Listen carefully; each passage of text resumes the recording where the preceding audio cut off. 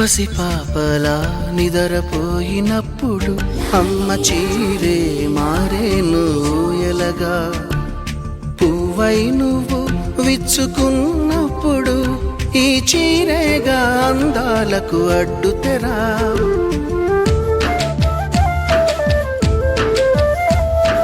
గాలి ఆడక ఉక్క పోసినప్పుడు ఆ పైటే గాని పాలిట వించామరా.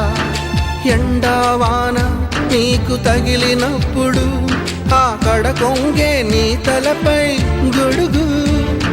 విదేశాల వనితలకు సారెపోసి పంపేది భారతీయ సంస్కృతిని సగర్వంగా చాటేది. మన జాతీయ జెండాకు సమానంగా నిలిచేది.